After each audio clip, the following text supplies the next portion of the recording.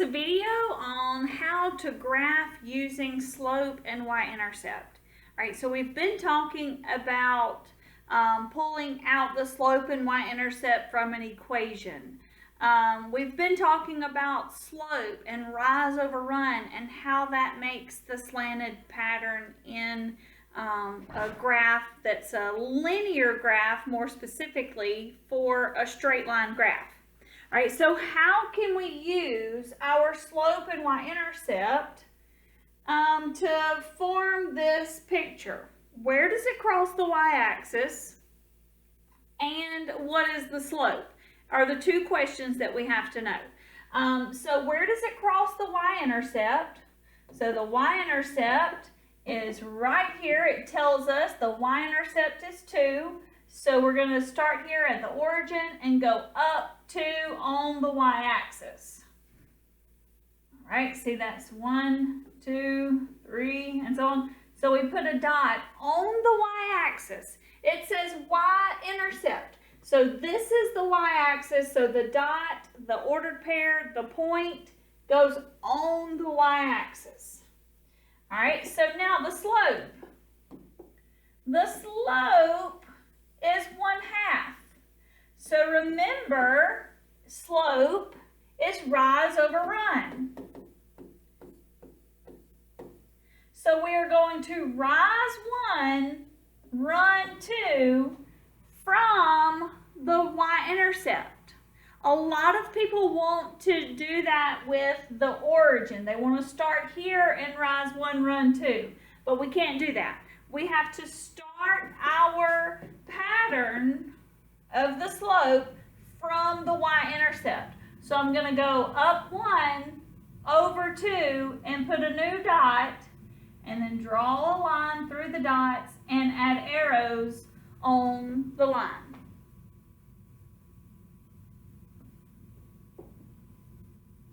All right, number 2, y-intercept is -4. So that means on the y-axis, I'm going to go down 4.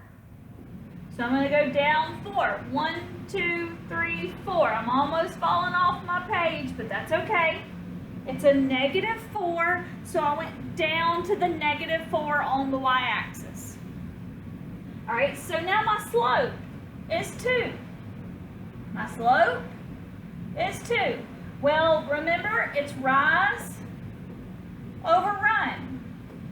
That doesn't change. Always, slope is your ratio from your rise and your run, your y's and your x's. So there's a problem.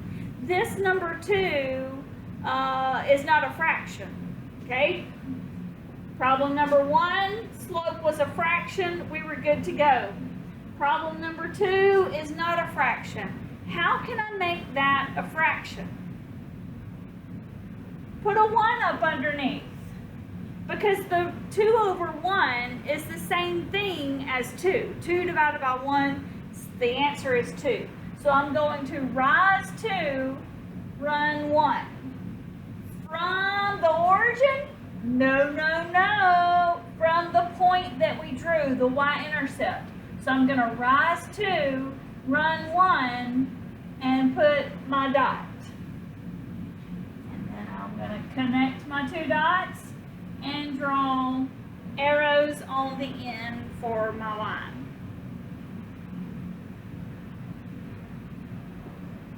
All right, number 3, the y-intercept is 0.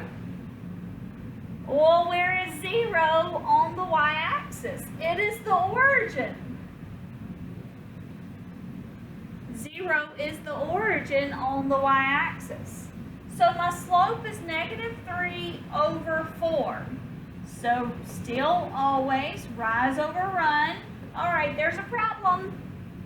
If my rise is negative, normally I'm going to go up and to the right.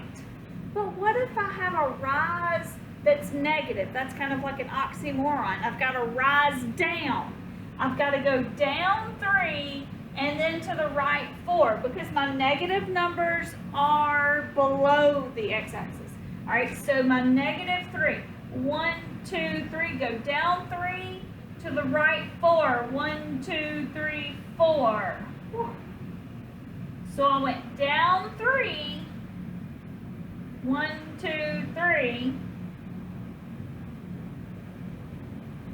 And then I went to the right 4. 1, 2, 3, 4.